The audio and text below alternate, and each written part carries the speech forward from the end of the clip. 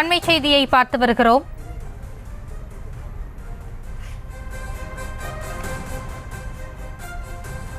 தமிழகத்தில் இன்றும் நாளையும் 5 டிகிரி செல்சியஸ் வரை வெப்பம் உயரும் என்று வானிலை ஆய்வு மையம் எச்சரிக்கை விடுத்திருக்கிறது. அது குறித்தான அண்மை செய்தியை பார்த்து வருகிறோம்.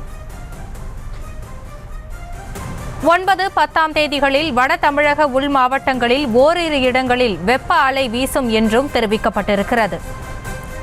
தமிழகத்தில் இன்றும் நாளையும் 5 டிகிரி செல்சியஸ் வரை வெப்பம் உயரும் என்று சென்னை வானிலை ஆய்வு மையம் எச்சரிக்கை விடுத்திருக்கிறது. அது குறித்தான அண்மை செய்தியை பார்த்து வருகிறோம். கூடுதல் விவரங்களோடு இணைகிறார் எமது செய்தியாளர் லதா. லதா, விவரங்களை வழங்கலாம். வணக்கம். தமிழகம் மற்றும் புதுவையில் இன்றும் நாளையும் அதிகபட்ச வெப்பநிலை என்பது இயல்பை விட 3 - 5 டிகிரி செல்சியஸ் வரை அதிகரிக்கக்கூடும் என்று வானிலை ஆய்வு மையம் தெரிவித்து இருக்கிறது. இதர தமிழகத்தில் ஒரு சில இடங்களில் 2 முதல் 4 டிகிரி செல்சியஸ் வரை இயல்பை விட வெப்பநிலை என்பது அதிகரிக்கக்கூடும் என்றும் தெரிவிக்கப்பட்டு இருக்கிறது. அதேபோல்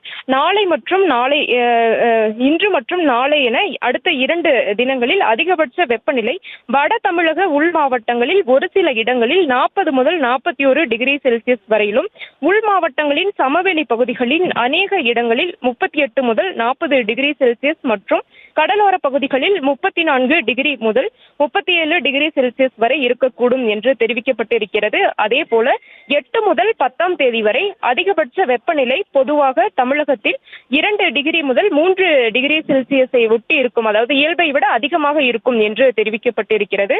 அந்த வகையில் பார்த்தோம் என்றால் இன்றும் நாளையும் தமிழகம், புதுவை, காரைக்கால் பகுதிகளில் அடுத்த 2 தினங்களுக்கு அதிகபட்ச வெப்பநிலையில் மாற்றம் ஏதும் இல்லை என்றாலும் அதற்கு அடுத்து வரும் 3 தினங்களுக்கு அதிகபட்ச வெப்பநிலை 2 முதல் 3 டிகிரி செல்சியஸ் வரை படிப்படியாக குறையக்கூடும் என்றும் தெரிவிக்கப்பட்டு இருக்கிறது. மேலும் அடுத்த 2 தினங்களில் அதிகபட்ச வெப்பநிலை வட தமிழக உள் மாவட்டங்களின் அநேக இடங்களில் அதிகபட்ச வெப்பநிலை 3 முதல் 5 டிகிரி செல்சியஸ் வரை இயல்பை விட அதிகமாக இருக்கும் என்று தெரிவிக்கப்பட்டிருக்கிறது.